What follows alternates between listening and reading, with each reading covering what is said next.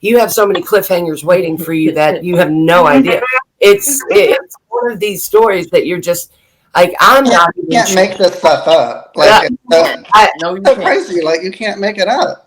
It hit so many like edges that you're gonna fall, and it fell, and I fell down like a lot.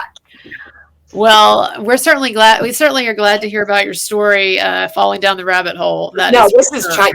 I think I hit the atmosphere a couple of weeks ago with David. I think we were in space somewhere. Before we get into this, and we're going to talk about the whole story and how everything happened, and I have questions for you, etc. But I think the thing that the viewers probably, if they could say anything, what sums it up would be, what the fuck? What the fuck? We said the same thing. Listen, when we talk to each other, we usually start out with, you won't believe this. Oh my God, yes. How long has this been going on for y'all? For me, August 14th. Unfortunately, for David, a lot longer. Yeah, that was David. I still don't know so much of the story, but your part of it was really too, like, to me, like another layer of like, what the fuck onto this? And like, I mean, feeling bad for everything that you've been through with this craziness. So how long has it been for you, like, since this guy came into your life? About 3 years. Oh my gosh, 3 years? Wow. Yeah. But there was a time period, I met him like 3 years ago, and then there was a break in like our time that we talked. So we met like maybe 3 years ago, then didn't talk for like maybe 2 years, and then he reached out to me again in July of this year. First of all, this guy, he's gone by different names, right? But his real name is Miles Phillips, right? Right. What was the name that he gave you all? Matthew. And that was the name that he went by on his Instagram and Facebook, and later. But like when I met him, it was Miles at first. Yeah. Okay, so tell me how you met and how he came into your life. What kind of happened with that, and then get us up to then a month or so ago when he's wanted to go to a Manson concert.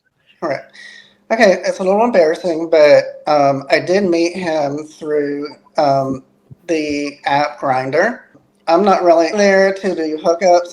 I've met some really good friends on there and just to kind of chat. So 3 years ago, he reached out to me. He tapped me or chatted first. And then, we just started talking and chatting. He said he was like, at that time, I think he was like maybe 21, I guess he would be. And I said, I'm much older. I'm in my 50s. So I was like, he's like, I like older men. And he's like, it's fine. We can just chat. And I'm like, all right, whatever. So then he proceeded to tell me that he was a police officer and at a college in Birmingham. And then little things by little, like he would say, okay, I'm transgendered. I'm like, oh, okay. What?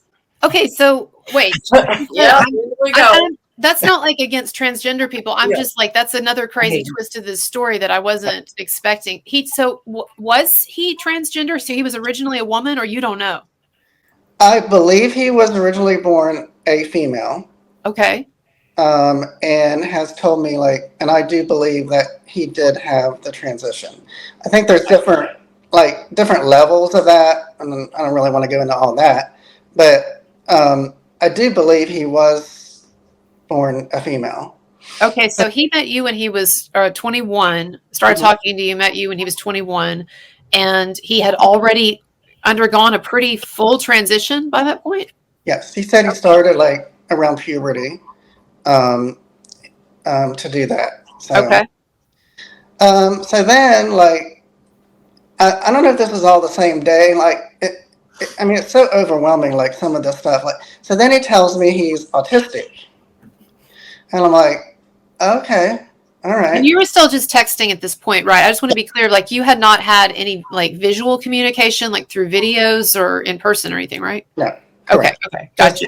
He tells you he's autistic. Mhm. Had you noticed anything that seemed different about his communication, written communication? So then he proceeded to tell me that he was a police officer and at a college in Birmingham.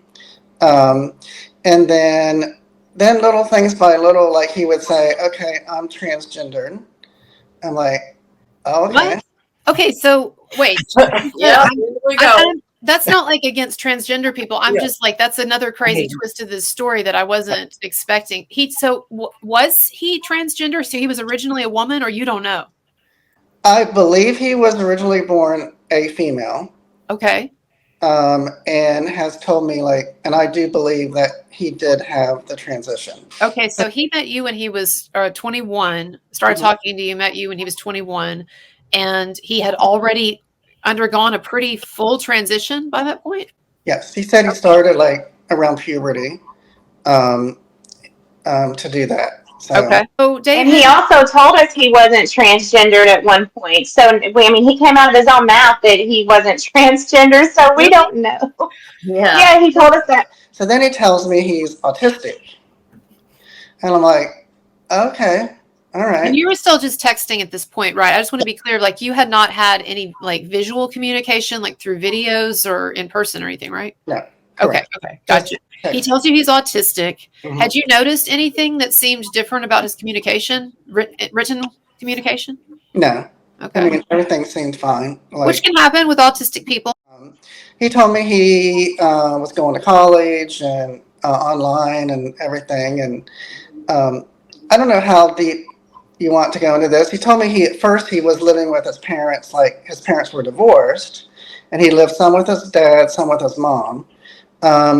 And then later on, he tells me that he's married to a man who is 58 years old.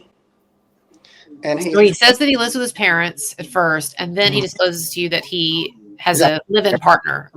Was it long-term partner? They've been together for a while? they'd been together since he was probably 18 or 21. Okay, so he told you originally in your conversations, like your text or DM conversations, he told you originally that he had lived with his parents or was living with his parents, and then you got this other truth out of him where he eventually disclosed to you that he was in a relationship. They were married. They got married in Las Vegas. And he was significantly older, right, as well? 58 years old. Oh, 58. Okay. All right. Now, just for our audience to understand later, yes, this is the person that he will be accused of and arrested for the murder of, right? Correct. Right. Okay. But at this point, you're texting this guy. You've told him, oh, I might be a little old for you. And he's like, no, that's cool. And interested, open-minded. So then what happened next? So we just texted back and forth. And then after him telling me that he was married, he told me that he was in an abusive relationship, that he was raped multiple times, beaten multiple times. And then he also said that he was being raped by his dad's best friend. So he said that the person that he was in the relationship with, and this would be the person then that he ends up killing, that this person had been abusing him in various ways for years. Yep. Okay. And then also he claims that he was in a relationship with a different person was abusing him. Yes. His dad's best friend, who was much older too. Okay. So you continue to talk. I guess you feel bad for him, right? Feel bad for him. We never talked on the phone. It was always via text. So he would text and say, I can't take this anymore. People have been so mean to me. I'm going to kill myself. And I'd be like, no, don't do that. It's not bad. He's like, all I've known in my whole life is hurt and pain and suffering. And I was like, don't do it. Things will get better. I just kept going on and on about. So he did that multiple times, saying that he was going to kill himself. Let me just ask too, this is something that I wonder. Did you have any doubt that maybe he just had a very histrionic personality, or was he was so manipulative and convincing that you totally bought everything he was saying? I totally fell for it completely. I thought, right. this poor kid, like, he's autistic. Someone's like raping him, beating him. Like, I mean, I'm like, how is this even happening? Right. So we continue to talk, and like I mentioned, I was in Ohio visiting family and friends, and like one of our last text messages was like, I think I'm just going to run my car over the cliff or something like that. I can't deal with this anymore. And then I didn't hear anything from him for like a couple days, which was strange because he would always text like, a lot. I was concerned about like, I'm like, what happened? Or maybe it was just I was afraid he had committed suicide. So I started like actually Googling like the newspaper and like stuff in his hometown because like, did he end up killing himself? Like, I haven't heard from him. Like, what? So he wouldn't respond to your messages that you sent. And you thought, okay, Maybe he did kill about him. What happened? Yeah. So you start Googling, and then you find what?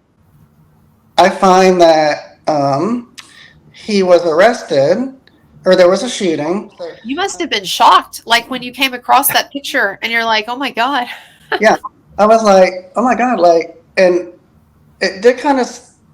I thought, well, that's a weird photo. Like he's smiling, kind of in that. He is again. Like I know he's accused, innocent till proven guilty, and all of that. I'm not defaming anyone. No one here is doing that. But when I saw that photo of him grinning in the mugshot after being arrested for killing this guy, I thought that they should put that next to psychopath in the dictionary. Mm-hmm. So, David, your journey, as we were saying earlier, it's been longer. So you were telling us you met this guy on Tinder. You talked to him just on text, DM only. He told you the story about how he had an abusive, he had a lover who was abusive, and then you found out that he had actually was accused of killing this husband.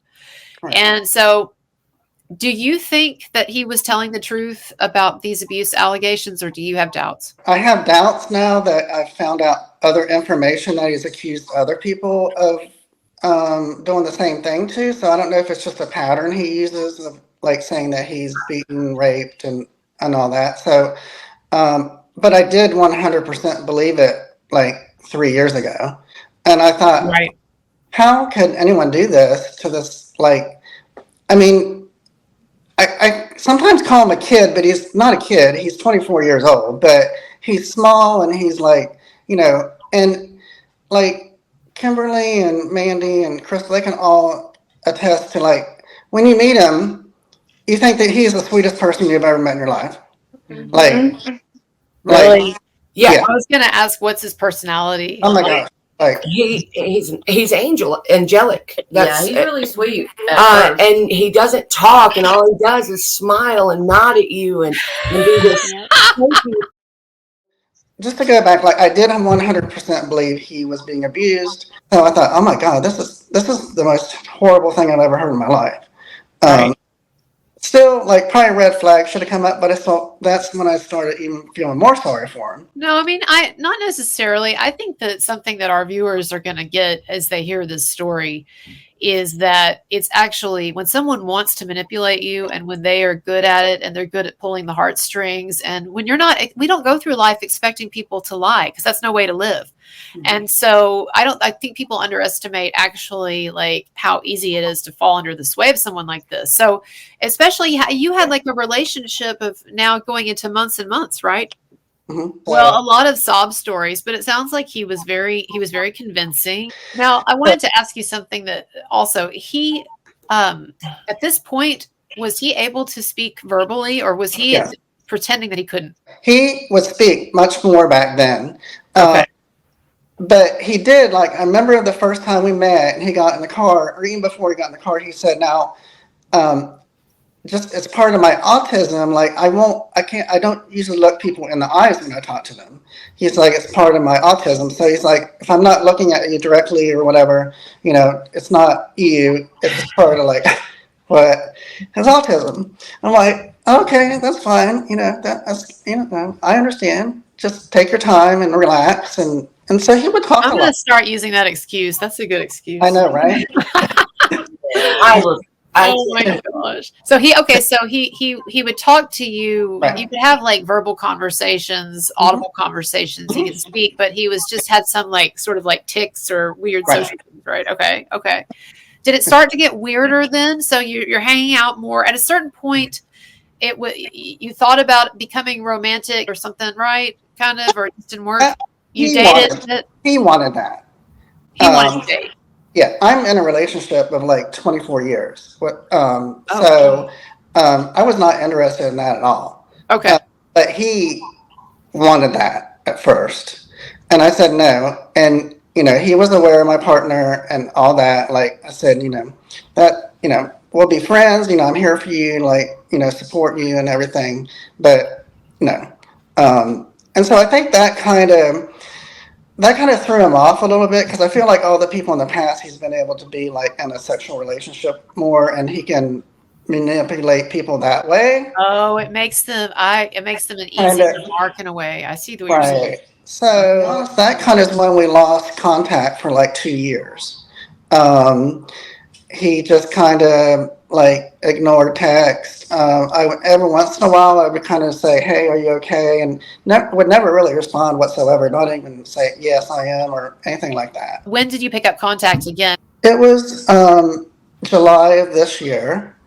I was on Grindr again, and he, I guess, maybe remembered my profile or something, because I thought that was kind of weird, because like his profile was different or whatever. And he's like, "Hey, it's me." And I was like, "Hey," I was like, "Are you still dating your boyfriend like at college?" And he's like, "No." And then he said, "I have terminal cancer." That's when he told me that. Oh man. So this is when it starts. I see. The leukemia. Yeah. And so the story he told you, which I assume is the same story he would then tell the others. And this was the story, by the way, that got him a meeting with I say private meeting. I don't mean private, like there were other people around, so you were around or whatever, right? But it got him an individual meeting with Marilyn Manson and with some other rock stars too. So what was the story he told you, more or less? Was that he had very serious leukemia? Is that right? He said it was a very aggressive type. At that point, I think he said it had spread to his central nervous system and his kidneys or liver, I think. And then, like, he said he was having, his birthday is July 19th. So he said he's having a birthday party. His parents are giving a birthday party. And he really wanted me to come. He said, "It's going to be my last birthday." Of course, pulling out my heartstrings again. "It's my last birthday party. Will you please come?" And I was like, I don't know. Like, it might be kind of weird. Like, I'm in my 50s, like, and, You're kind of trying to pull back. Yeah. Yeah. Right. I was like, "Your mom and dad probably don't want me there. Like, it's going to be your family." And he's like, No, it would mean the world to me if you were there. And I've told them about you and they want to meet you. And I was like, okay, that's kind of weird. Like, I thought, because I thought at that point, they're like, the last guy that I thought maybe he was involved in his 50s was his husband. He killed him. So I was like, they probably don't want an older guy around. Their son. And I'm like, I don't know if that's a good idea. And he's like, please. The last older guy, he killed him. Yeah, right? Yeah. So I'm like, so I agreed to meet with them and could go to the party. And you just thought at this point, because you didn't have romantic interest in him. No. So at this point, you're basically just running off of like kindness, sympathy. Yes. Yeah. So at that point, I met his parents, and he has an autistic brother too, or supposedly he's autistic. I believe he is. This guy is like Job. He has all of the problems in the world. Right. I'm like, how can like one individual, like 23-year-old, have all these things? I'm like, this is the most horrible thing I've ever heard of. Oh my God. This horrible thing. Right. Like, he looks so innocent. And so I went to the birthday party. Of course, that's when my spending started. again, feeling sorry for him. That's when you started spending money on it? Is that what you're saying? Yeah. I think I bought him like 5 or 6 birthday presents or whatever. And at that point, like even like his birthday cards and gifts, like I addressed the cards and stuff to Miles because that's how I knew him. But then, like when we were talking, I prefer now to go by Matthew, my real name. And I'm like, oh, okay. I was like, so that's when he started using the fake name then, right? Yeah, okay, yeah. Gotcha. Okay. Miles was such a dark period in my life. He's like, that using that name just brings up dark memories and stuff. I'm like, yeah, one in particular, one memory in particular. Yeah, right. I'm like, okay, well, that makes sense. Okay, I'll call you Matthew. And this is kind of another weird thing out there. Like, and I do this to like other friends. Like, we just call each other like. When we first started talking, he would always call me love, and I'd call him baby. Like when we text and stuff, just as like we wouldn't say hey Matt or hey Miles or hey David. It was just like hey love, hey baby. And like I said, I have a friend that we call each other daddy. He calls me daddy and stuff. Like it's just a joke. Like yeah, no, I have a lot of gay friends, so I get it too. So you get that, yeah. The whole thing. It's not nothing like sexual. It's nothing like anything like that. So in the beginning, and even in June or July, he would still do that, call me like love or baby, whatever. Well, then again, that's when things started changing, and maybe this is when we want to bring in the others. But when he started calling me daddy. Yeah. Yeah. Not in a jokingly way either.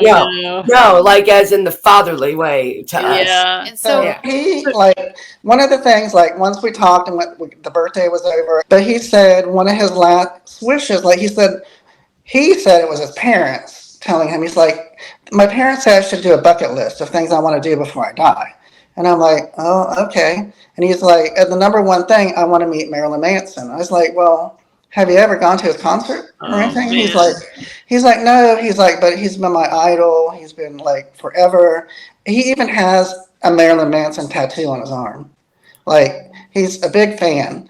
So I was like, okay. So I'm doing this because I'm like, not because I'm like, oh man, one more thing that Marilyn Manson needs. Right. Yeah. I'm gonna need to come out for a second. I will give the guy this though, or kid, or what? I guess he's not a kid. I'm gonna keep calling him kid accidentally here because his scam worked so well. But I'll give the guy one thing: he's got great musical taste. There we go. Yeah. So he tells you that he has this bucket list, and Marilyn Manson is at the top of it, basically. Okay. So, and then he's like, "What if we take a big poster and say, I have terminal cancer. My bucket list is to meet Marilyn Manson in person." And I said, okay. So I work at a university, and so I was like, I had somebody make this big poster. Bless your heart. Great. It was great. It had a picture of him and a picture of Marilyn Manson and. Okay, because I was not paying attention to this guy. Every now and then somebody would would send me a picture of like, oh, this leukemia kid or whatever. But anyway, so he has you make this great poster. I mean, if he really were dying of leukemia, it'd be a great poster. Yeah. And I'm like, oh, this is great. And I'm like, I said, well, where's it at? He said Nashville. And I was like, okay, that's not too far. And I said, we'll spend the night because he said his parents had taken him to a concert in Nashville, like maybe in October or something the year before. And he's like, it was really hard. We made it in one day, and I was in so much pain. I was like, oh, feeling sorry. I was like, okay, we'll get a hotel. It's no big deal. So I rent a big Grand Wagoneer car to make sure he's comfortable. And you're paying, and by the way, just to emphasize this, you're paying for this whole trip, tickets, everything, right? Or is he paying for anything? Nothing. He pays for nothing. Okay. Yeah. Which is so cool of you. I mean, you thought you were doing a good thing. Right. Anyway, go on. So you, by the way, was he in a wheelchair this whole time? I should have asked this question because when did the wheelchair show up, or what's going on with that? Okay, so he had told me that he had been in a car wreck and got T-boned, and I'm like, he was in the hospital. He had pictures, of course. I don't know if they're real or not, but I do kind of believe this, that he did have some injuries from a car wreck that caused him to have to use a wheelchair sometimes. Now, the extent of those injuries and the extent that he really has to use those wheelchairs, I'm not really sure. Okay. But yeah, he does use a wheelchair. Is it possible he's totally scamming you about the wheelchair, or you do think that there's some injuries that he has trouble getting around? I think there are some. You think that, Kimberly? You've been around the guy?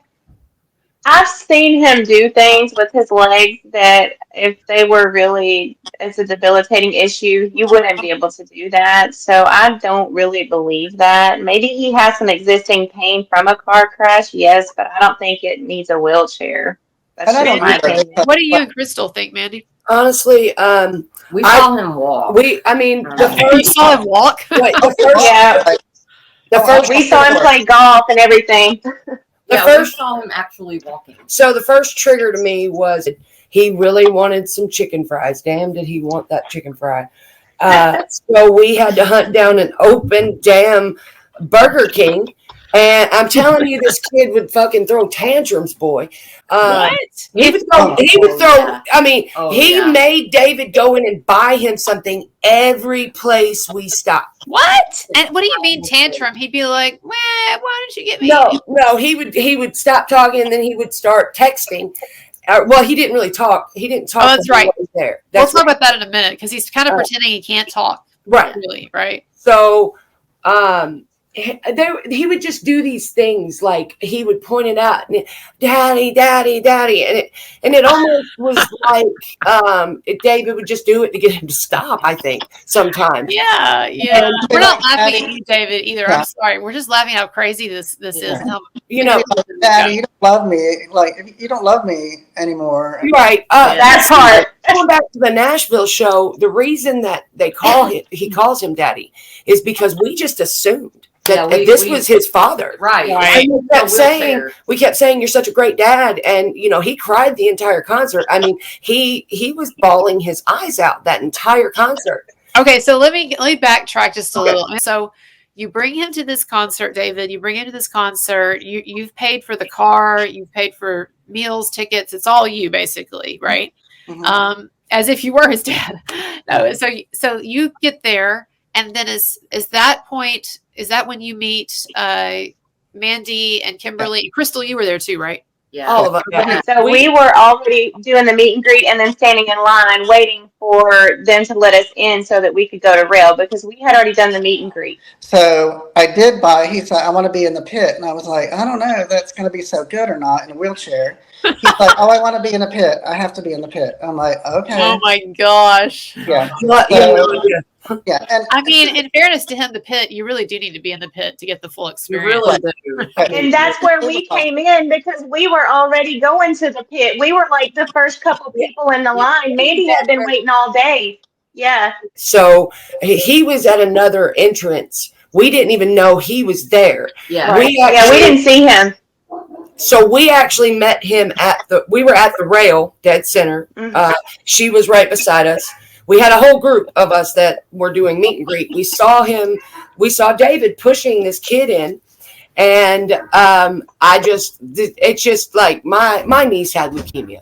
And she was in St. Jude, when she was a child. And let me tell you, that was very hard for her parents and for all of us and her.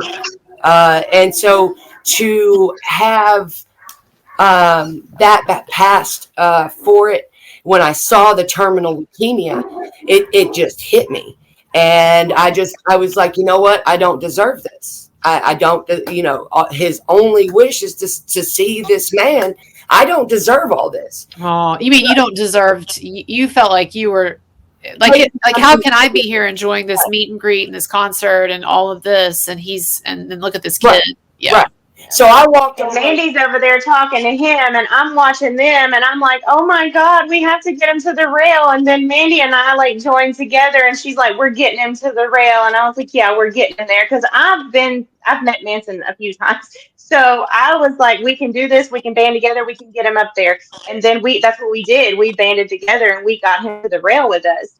All of them, really, like all the Mm-hmm. Manson fans that had been at that rail, Yeah. they really oh my God, it was so amazing. Yeah, they were really you know, good about they're it. the They were one really thing good about about most Manson fans is that they are just amazing people, because Manson is amazing how he treats his fans. I mean, Oh yeah. when you pay for a meet and greet and you walk in there, he gives you his full attention. I've tried to shake his I've hand. heard that. I've tried to shake his hand twice now, and he won't do it. He makes you hug him, and he does. He gives Yeah. me the best hugs I've ever had. And I mean, he gives you his attention. You're not just paying a bunch of money for nothing. You Right. are paying for his I mean, he remembers his fans too that meet him. Right. Right. Okay, so the Manson fans get wind of what's going on. Like, everybody around kind of sees what's happening. Y'all are trying to get this, this poor kid in this wheelchair who apparently has leukemia up to where he wants to be, like right in front of Manson in the pit. Oh, and yeah, stuff. big old sign too. He had a big old sign. That So- said, Oh, that's Yeah. right. He did. All of That's our true. hearts. Yeah, I mean- our hearts were literally melting at this point because it was just a surreal, like, we're looking at this thing happen and we're like, oh my God, all of us are like, grabbing our chest, like, we have to do this. It was one of those moments where if it was us, what would we want someone to do? Right. So at that moment, we knew we were going to put him in the front no matter what. Like, that's all there was to it. I mean, I gave him all of my merch. I gave him my. She did. I gave him my personally Yeah, there should signed be poster. 2 posters back there, but this is mine. I gave him my bandana. I mean, I really went above and beyond to kind of help this kid. And we were literally dead middle. And I'm sure my wife is still really mad at me, but we made sure he was right there. I mean, it's her and Manson when he's on stage, so to move her is beyond real. So we got him dead center, and we were holding up the sign and the funeral portrait. Dear God, loved them to death. Yeah. Just such They're so amazing awesome. people. And Alex. They seem like great guys. So they saw it. Did they see Yeah, they see his sign, and the funeral portrait gives them all kinds of merch, just all kinds. The towel that Lee was using. You're talking about afterward or during? No, during, like right right after. During. Oh, And okay. they got done with During their his Yeah, this was right after their set. They handed me the towel and said, give it to him. And I tossed it right back to him. No questions asked. Like, I just handed him the towel and a set list. So he had that from Funeral Portrait. And then Alex came out and we did a whole video of that interaction with Alex, which I have. Alex And came out I'm on- crying. We're talking about Alex from Slaughter to Prevail, and you said so he came out on the stage like while they were performing. And Yes, during his performance, he Okay. read the sign and he did a whole tribute to him at Two He Mansions. took like a break and came into the audience where we were, and I recorded the whole thing. I'm bawling. David's crying. Like, Okay, so he's getting all of this great. It sounds like a magical moment, actually. I mean, he's there. we thought it was. He's there in the middle of everything. You've made his wish come true. Everyone is giving him major attention. But the Manson, he kept like looking at me and David, and he like with this expectant look. I mean, he sung to him. You could see that Manson had read it. You could see that it had touched him. I mean, at the second show, he sang to him most of the dang time. Yeah. It was so amazing to see that. I mean, I can't say enough about him. No, I get it. And then so you had these guys who it seems like were all really touched by this, as you were. Now, David, I'm sure you must have been elated about this, right? Yeah, I was like, that I was crying pretty much the whole night because I was like, I mean, and I went back to work not the next day. When I went back to work, I'm like, I have never met more nice people in my lifetime. I was like, these people were the nicest people that I've ever met. And kind of go back in a funny story. I was like, in the past, I was not a Marilyn Manson fan. I will admit that. And when I told people I was going to Marilyn Manson, that's so not my personality. And they were going like, "You're going where? You're going to?" And I kept saying, oh my God, I'm going to be like the oldest person there. And I'm like, they're going to be like, who is this person going to Marilyn Manson? It's so sweet. It's so hilarious, though. But so you went to this just for him, and then you get there, and then people are just like so kind. I mean, even when we were leaving the Coliseum, people just came up with like fist pump them or give them a thumbs up. We had one or two people in the Coliseum give them their T-shirts, their Marilyn Manson T-shirts. We had someone outside the Coliseum while we were waiting for the Uber car to pick us up. Just some guy walked up and said, "I want you to have my shirt, my T-shirt." Like, he has this persona or something. People were just drawn into him. This manipulator, Miles, yeah. Yes. And I mean, he did have the big poster, so people did know. But I mean, I think everybody in that concert knew, because that poster was held up high. When the poster said what again? I'll put a picture up. But it said what again? I have terminal leukemia. The last Wish. my bucket list is to see Marilyn Manson live. Hashtag cancer sucks. And it had a picture of him and Manson. Was it Manson? Yeah. I'll send you a picture. It had, yeah. Quite convincing. But it's a beautiful, convincing. it's a beautiful moment for everybody. And by the way, nothing about what has happened diminishes what you all were doing or what you thought you were doing or the respect that you've gained for each other in this. Right. So I'm glad for that. But I know that the real downer here is the money that not just you, but other people spent on this guy. And we're going to talk about that. So you had this really amazing experience. Right. And then after the show, then what? How do we get from this crazy situation at this concert, this beautiful moment, to then a GoFundMe being set up for Mr. Matthew? Okay. Well, So it started in the pit, actually, because Matthew needed the photos and the videos that I had taken because nobody else actually recorded like I did. And I made sure to switch the camera around a few times in the videos just to get his face, just to capture the moment, because I thought that would be adorable for his father, right? So I did what I could do with the videos, and David and I, I thought it was his dad. So David and I exchanged phone numbers in the pit, and then Mandy and I had already exchanged Facebooks while we were waiting in line with her, and Crystal and I had already exchanged social medias in the line while we were waiting to get into the pit. So we all kind of had a way to connect and share photos, and that's how we all got together. Okay. And it seems like to me a very natural inclination to have. We've just met this kid who clearly has problems, and we've made one of his dreams come true. Let's see how we can use this in the fandom too. You said everybody was so awesome. That would be a natural feeling. How can we take this and use it to help this kid more? Right. Right. So I exchanged numbers with David. And Matthew ended up reaching out to me actually on Facebook, and it was under MH Phillips that he reached out to me. And by the way, just so that people understand, we'll use these names sometimes interchangeably, but Matthew is this Miles Phillips guy who was arrested for. At this point, he's Matthew. Yeah, we only know him as Matthew. We don't know anything other than that. Gotcha. Go ahead. So he gets in contact with me, and he was asking me how I got the meet and greets. And I said, well, it's really hard to get. Manson's very popular. So they're probably sold out across America. Yeah, we looked closer to our area, but they were all sold out. And we at first didn't look any further. Right. I reached out to a fan page, and I was asking them if they heard anything about some meet and greet tickets to please let me know that the boy with leukemia, because mind you, when me and Kimberly first started talking to him on Facebook, he asked us to change all the tags. He did. The boy with leukemia. Yes, he did. Yeah, genius at marketing, dude. He knows.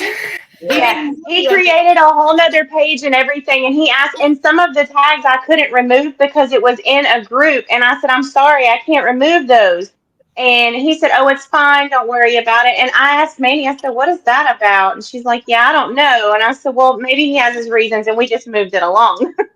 Yeah, it's I mean, so genius of him though, because I mean, when I first saw this boy with leukemia post going around, this is before he was exposed or y'all knew anything, right? And I saw that he was trying to go to a Manson concert, and then he was going to go, and then he had the picture when he meets him. We'll talk later on about how this happened, right? But I remember thinking, like, at first, like, boy with leukemia, but then I was like, well, that's good marketing, I guess. I mean, I'm not going to hold it against him. He's dying of leukemia. His parents want to get the word out, whatever. It's pretty smart. right. Yeah. I mean, Isn't it? and I mean, he was very manipulative. It wasn't just, hey, how do I meet Manson? It was late night talks, because David, I thought at the time, was his dad, and he was telling me that David was dropping him off with his mom, who didn't care about him, didn't show him attention, was always on the laptop. Yeah. And that he wanted to live with David, and he would ask me over and over, So why can't I live with Daddy? Why can't I live with Daddy? So at this time, like, this is where this kid has me.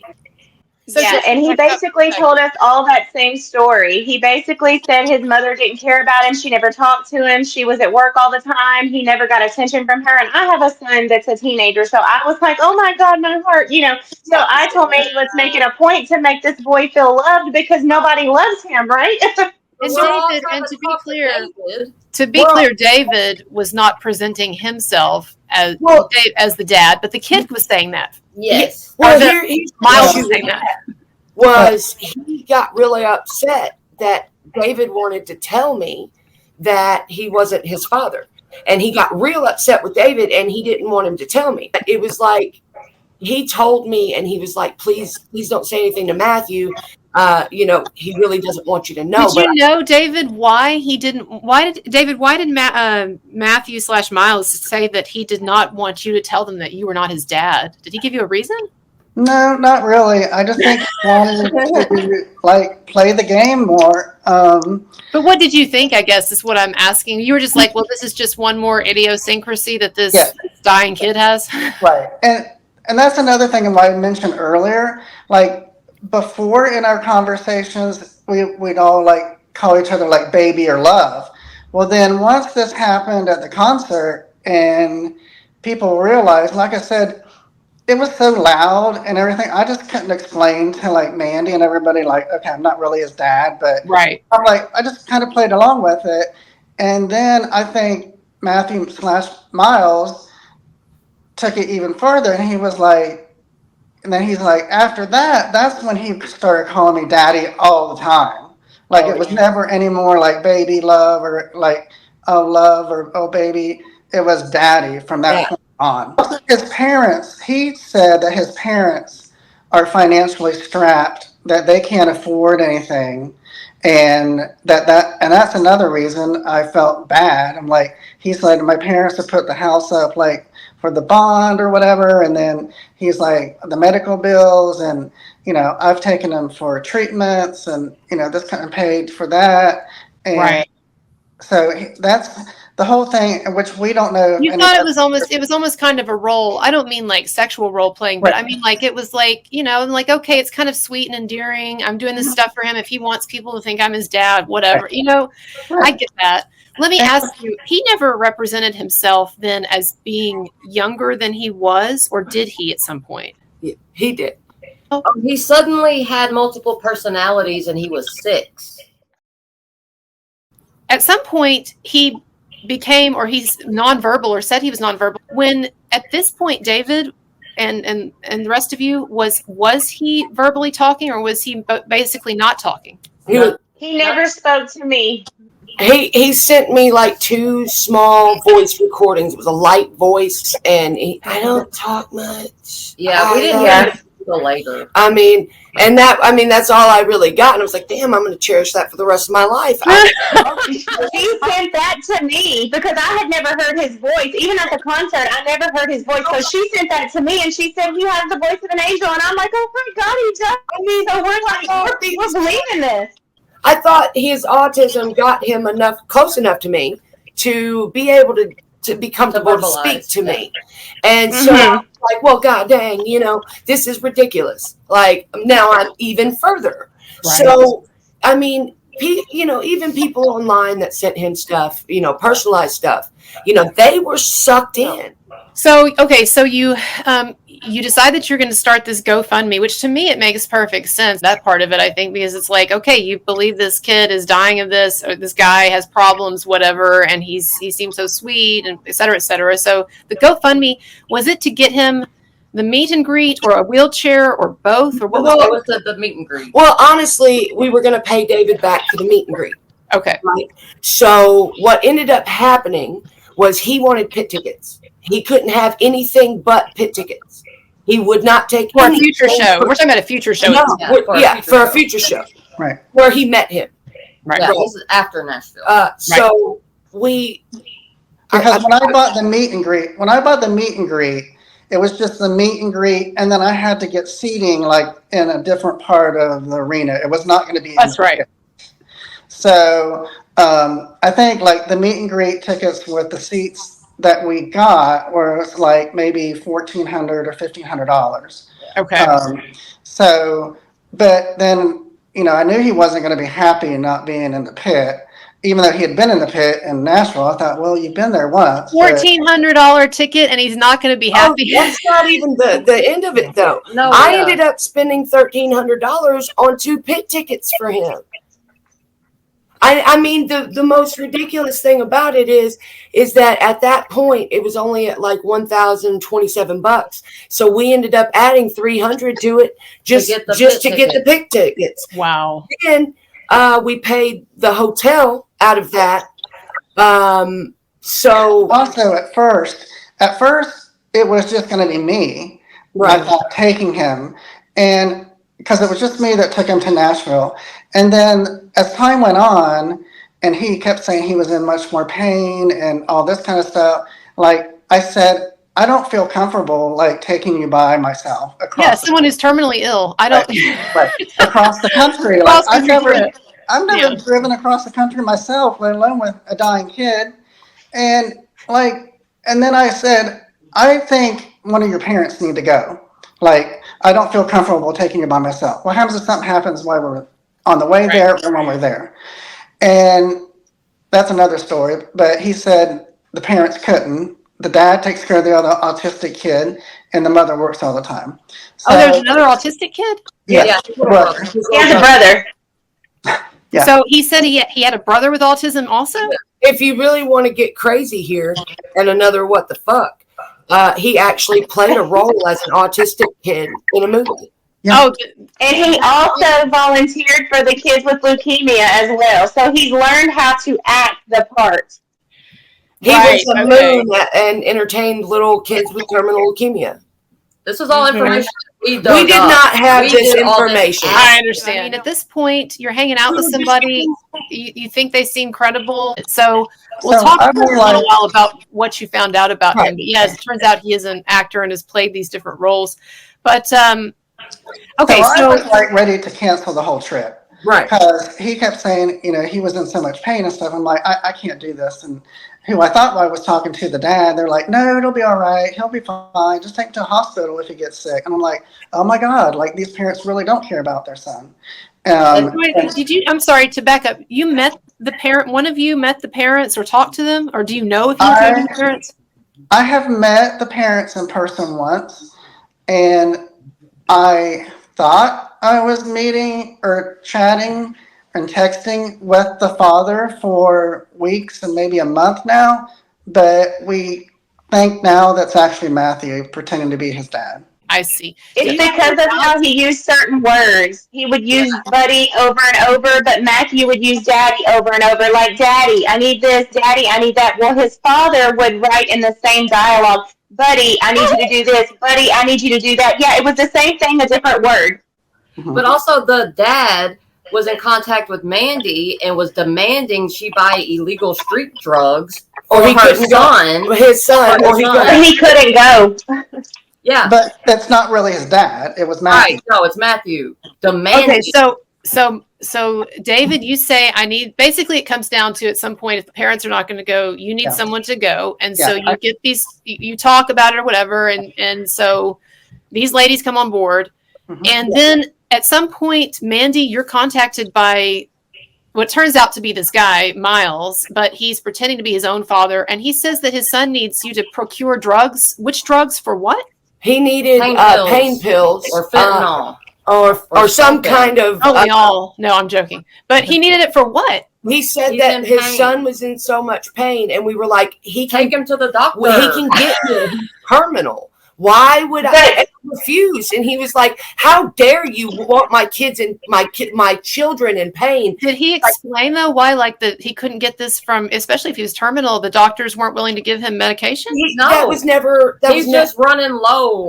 no, it wasn't. Okay. It was never. Even, They wouldn't fill it until Friday. He said they couldn't get another refill until Friday. Now, his mother is a pharmacist, so that was odd to me because I used to work in a pharmacy, and I know my mother had lymphoma, and when she was in pain, she just called the doctor, and they would give her what she wanted. So he wanted fentanyl specifically, or did yeah, well, he had said fentanyl, then he said hydrocodone, oxy, like and whatever? he was like, with everybody you can't find a simple pain pill. I said, no, I will not.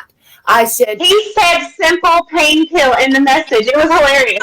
Like it's nothing. Like it's not 10 years a pill or something. Come on, man! Can't give me some hydro. you can't give me some drugs. Like, what's the deal with you? One oxy? Come on. How do you not know somebody with a drug? Like, seriously. So when finally we're going, David comes and picks me up. We're leaving us. Yeah, I say I because it's us to me. But when he comes in, picks us up, we get in the car, and his vitals are horrible. Like, He's turning blue. I mean, his face is turning blue. I mean, his eyes are turning blue. We seriously think this kid is pulled sick. over, and I'm like, are we doing the right thing, dragging this terminal kid across the country and dying? And I said, well, if it was your last wish, what would you want people to do? Right. So now, he just picked him up, and he's turning blue. It looks like he's dying. listen.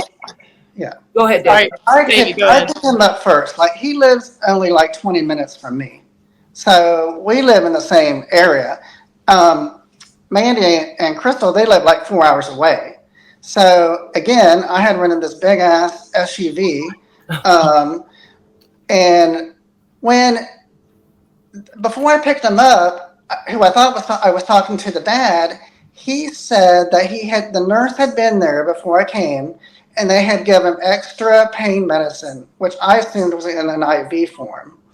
I had no idea that until later that I think he had taken fentanyl. I know he did because he texted it to me that he did. She has an actual text that he took fentanyl. And so he was dying of an overdose. When did he text you that he had taken this? Was it before he got on the way back? Oh, okay. Because he had told me that he took X amount of pills, so I'm in the back with the dog and shit, and I was like, Mandy, grab the bag of pills because he's overtaking them. And he starts texting me, no, there's something in there illegal. And I was like, what? He's like, tell Auntie something in there's illegal. Don't show the cops. And I'm like, what is it? And he's like, well, it's a pain medicine that's in a powder. And I was like, so it's fentanyl? And he was like, on the way there, I took some, and that's why my vitals dropped. I've overdosed 3 times on this shit. Yeah. Mm-hmm. Yeah. Oh my God. That's not the first time he's done that, though. That's not the first time he said that he's overdosed. He texted us one night and said his heart had stopped and they had to bring him back to life. I went to the bathroom at my job and was texting him to make sure he was okay. And he said, oh, my heart stopped. They had to bring me back. I've been in the hospital all night, and I took too much. And I was like, what? What are you doing? You can't do that. He didn't go to the hospital. Yeah. They just revived him at his house. He has more lives than a cat, I swear. I mean, there's so much to it, but we were, Were you suspicious? I would just say, were you suspicious at that point, on Mandy? the way there? No. Oh, We just thought he was that sick. We just thought he was that sick. Okay. I mean, But then when we get there and he's fine. Well, I mean, I had even gone as far as to pull over, let David drive, get in contact with my sister who's a nurse, have her talk me through what I needed to do, how I needed to do it. I'm doing this while he's driving. And his heart rate is down. His heart rate, is his down. breathing, He's dying. We don't know what we're going to do. So I'm So like, that just we're solidified scared. in our In our head head, that he's dying. Yeah, I could see that. So you all eventually, no, Kimberly, you were not in this ride She up was then. gonna go. I was gonna go, but I would have lost my job. And honestly, I started to feel weird, and I said, I don't think I should go on this trip. And then when Crystal said she was going, I felt kind of a relief, and I was like, oh, thank God somebody's going with me, because I didn't want her to go alone. But the meet and greet fell, I think it was on a Wednesday, right? And I would have had to take off the entire week, and I was on a 90-day probation with my job, so I couldn't take off. And I also couldn't find a ticket. And I said, well, I don't know what to do with that. And they had already had their tickets. So I kind of wasn't able to go to that one. I was going to. Yeah. But I texted them the whole time. I mean, Different logistical reasons. Yeah. Yeah, we were all a group in this. We were all kind of in this. We were all kind of, banding together to get him there. But on the way, we really thought he was dying. So we get into the hotel. And me and David had to go get him some food. You carried him pretty much. Didn't you carry him to the room? I carried him all the way up to the room. I got him all up, got out of the car for everything. And letting you do all of this, right? No problem. I mean, you're just. Well, I can't. Well, what am I supposed to say? I carry heavy pans all day. I don't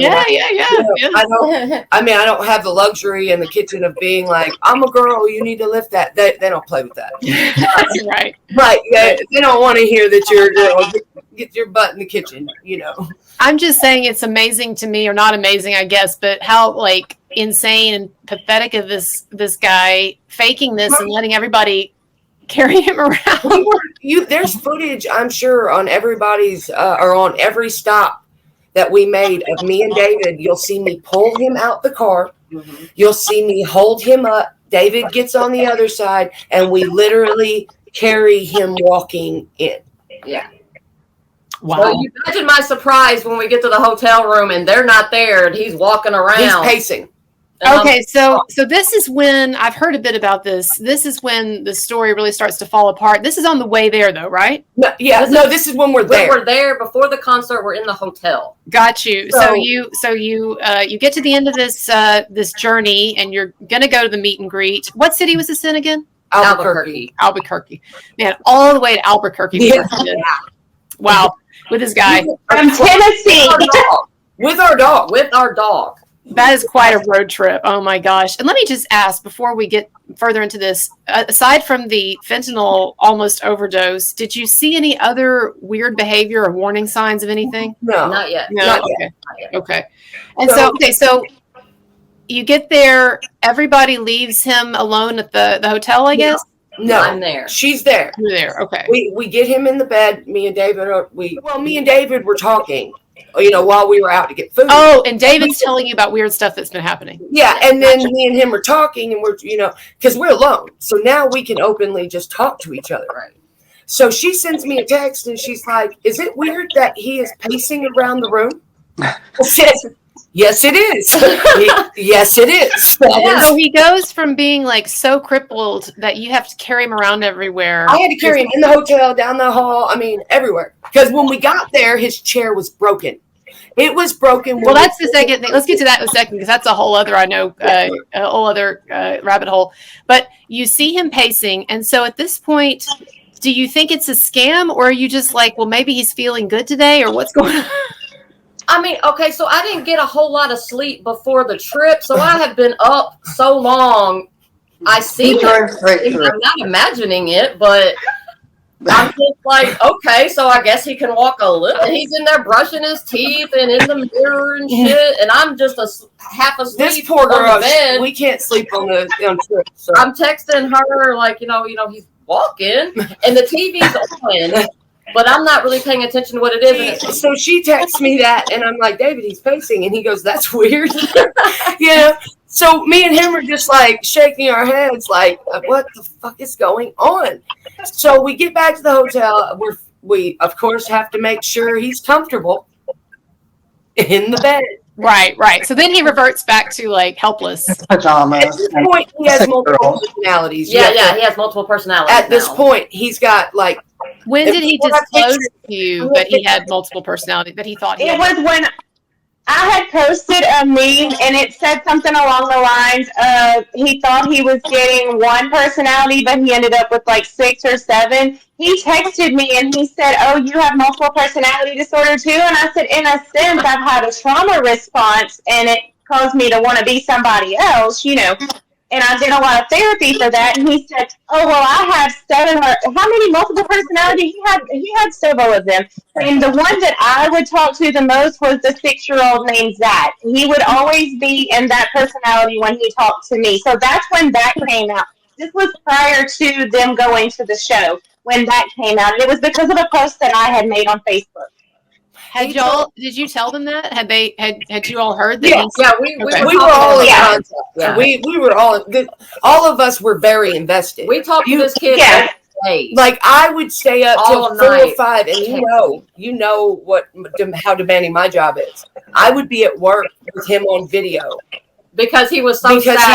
Y'all are so cool. If I ever get sick, I'm calling all legit. Like if I ever get cancer, I'm calling all of you. Call us. And we would tag team. When Mandy was too tired and too emotionally drained, she'd say, "Kim, I need you to talk to him today. I need you to get up. I need you to come in." And so I would stay up all night talking to him until he fell asleep. And he would say these weird things like, one time David didn't respond to him and he said, "Daddy doesn't love me anymore. I'm just going to kill myself. This is too much." And I said, "No, wait." So I texted David and I was like, "What is he talking about? Why is he trying to kill himself? You have to talk to him. Like, you can't do this." And he made it out like David was like the worst person on the planet. And he was like, "I just didn't say anything to him. Like, what is going on?"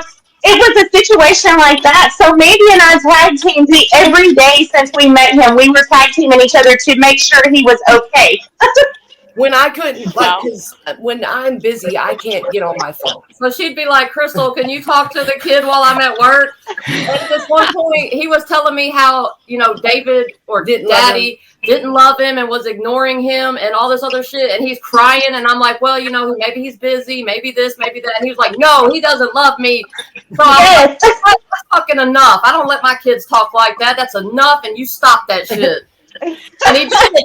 David, I hate to say this, but you might be, David, you might be lucky that you didn't end up with a bullet to the head. I don't know, dude. Like that's our I'm main concerned about that, to be honest. It sounds like he was, David, it sounds like he was kind of building a narrative against you in his head. Well, see, that's a concern. I want to add something about the multiple personalities. Like, he told me, like, when we chatted, like, towards the end of, like, before that, like, 2-year break, that he had been diagnosed with multiple personalities. When I first met him, and right after the murder charge or whatever, he never said that. And then he said because of all the trauma from the abuse and I guess maybe the trauma from the shooting, that's when the multiple personalities came out. So he didn't tell me that until I made that post, though. I didn't know that part. Right. And I wasn't supposed to know apparently for a while. It's this you just so we're at the we go to the concert. Well, you go first. I knew that people show up early for concerts. So he was like, "Somebody's got to be there early." I said, "Well, meet and greets you need to be there early anyways." So I go and I'm sitting at the security gate, and the security guard man pretty good, just chilling. He gives me water and shade. I mean, he's a great guy, no doubt, just wonderful guy. Then I find out I'm in the wrong spot, like 30 minutes before the meet and greet. 30 minutes before. And the meet and greet tickets are under my name. Yeah. Oh, okay. Well, no, I'm saying I didn't find out until almost 30 minutes before the meet. Right, you're gonna have to rush. Yeah. Gotcha. So I get down there and there's like 8-9 people in front of me now, and I'd been there since 11 o'clock that morning. And this is like 3 in the afternoon. This is like 3:30 in the afternoon. So the people up front tell me that the doors for the meet and greet close at 4. She had the sign. She had I had his sign and I had a whole bag of stuff. Oh, so you had a lot of stuff for him, so you were kind of panicking too. So he didn't wanted to be there. Yeah. So the whole point was so he didn't have to be out in the sun. Okay. And suffer. I would stand in line and oh, I see. I understand. Then we would drop him off right when he had to go in. Okay. So because of Albuquerque's crazy traffic, Oh my they God, were they running lost late. again. Mhm. Yeah. So Yeah, that they was were crazy. running late, and so they told me it was going to close at 4. And I mean, this is like 3:43. Mm-hmm. So I'm telling him, you got to get here, you got to get here. Well, I think it's Juan is his name. He was telling me, he's like, no, it's no big deal. He's like, no. And so now I'm like, what the heck? So I'm up there and waiting on them. And and you had told the security guard lady that all these bands were waiting on this kid, and she was getting mad, and she's like, I don't want to hear that shit. Oh, I bet she I was being ignored because he kept saying, you need to tell them this. You need to tell them this. Mm-hmm. And I'm like, dude, and I just sat there for most of it. I just said, okay, and acted like I did, but I was just chilling because I'm not going to make a venue mad. I know how that goes, right? Just not a good thing. So anyways, we're in line. Juan makes us go first because there was going to be 3 stairs. Asked me if I could carry him. I said, I've been doing it the whole trip. Like, it doesn't seem to be a big problem for me. And David couldn't. So David gave me the meet and greet because he wouldn't be able to bring him up those 3 stairs by himself. So me and David are waiting out in the crowd. We don't have, David's gave Mandy his ticket, so we're just kind of there in the heat. Because my tickets are on my phone. Mm-hmm. His tickets are on his phone. So we had to swap phones, and it was this whole big conundrum. Anyway, so he tells me, we get down there, and Marilyn Manson ends up coming down the 3 stairs. He ends up coming out of his little place where he does his meet and greets. Okay, so let me just make sure we understand. You got to a place sort of near Manson's meet and greet, but it was going to be an effort to get to him. So he comes out to see you. He doesn't come out of the gate. There was like a green gate that went around, and then you would go up these 3 stairs into this clay looking building. Mm-hmm. Right. I never went in it, so I don't know. But he came out from like where he was meeting other people in the meet and greet? Okay, gotcha. Yeah, we were behind. He came out for you, though, is what I'm saying. Yeah, okay. We were behind the green gate, and he actually came down the stairs, and he held Matthew up. I mean, the way he connected with me, I was a blubbering, I was shaking. And I don't shake around him. Like, he's a great guy. He's easy to be around. So he picked Matthew up out of the wheelchair. Well, he was holding him out of the wheelchair like that, holding him up for the pictures. Oh, we had to end up putting him back in the wheelchair for him to talk to him because it was I'm not going to make him hold him up like that, right? Because he puts a lot of weight on you. He doesn't really. I don't know if he did it with him. That would, I guess, would be, of course, a question for him. But Manson picked him up out of his chair and held him. Yeah. When I was getting him up, he helped get him up. He's a great guy. He showed Matthew just this love. They never stopped making eye contact until he had to sign something, and then it was right back to eye contact. Well, let me ask you now. Also, Matthew at this point. Matthew Miles was pretending to be mute. Now, with you all, he had not been mute, right? He hadn't talked yet. He hasn't talked yet. I have to keep this straight in my mind. Right. All the communication still has been text and stuff. Right. Gotcha. Okay, so then how did he communicate with Manson? He used the tablet that a lady online ended up sending him. So somebody sent him a tablet to be able to communicate for disabilities, right? Yeah. And so a Manson hat. And a Manson hat. So some kind lady donated this tablet, this communication tablet. And so describe it for me. He would write something and then it would speak? Yeah. Okay. It was like it had like a blue handle to it. Oh my gosh. And that's how he spoke to Manson. Oh my God. That's how he did it. And Manson was very cool with him, took it seriously, we saw him in Nashville, he saw us in the crowd and Matthew and us. He remembered that we had more people from Nashville. And he ended up giving us 4 pit tickets. So Matthew and a rise where the wheelchair accessible people, where there's a nice little area so he could sit up there if he was too tired.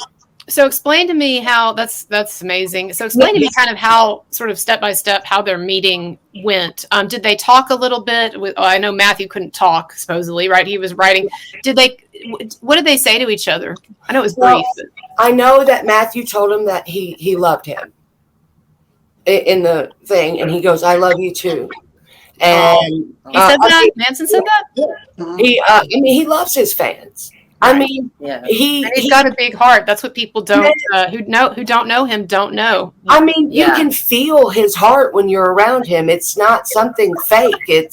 He loves his fans. I mean, like he loves them. I mean, that's the best I can. When we did the meet and greets, Marilyn Manson people was like 50 to 75 people meeting him, and then there'd be like 12 meeting Five Finger Death Punch. And it's sad that they didn't have the follow, but Marilyn Manson's back on tour.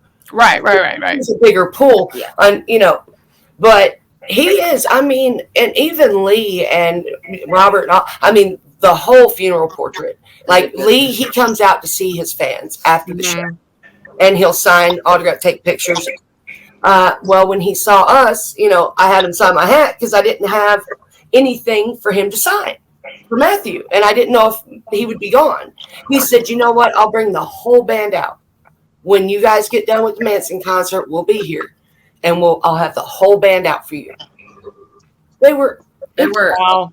Wow. Isn't there a video of him talking to a funeral portrait on his pad? Yeah, there's a video of that somewhere. You have that? Again, because I'm so late to this, unfortunately. But anything, even that thing that you said you have of him talking, even a little audio from this guy from Miles. Most people don't know that. Nobody really knows this story. We haven't sent any of this. I know. Nobody knows. We haven't talked about it. I'm telling you, when the funeral portrait came out, there's a video of him being surrounded by the guys. They were all telling him, hold on, Alex Terrible. Once again, Alex Terrible.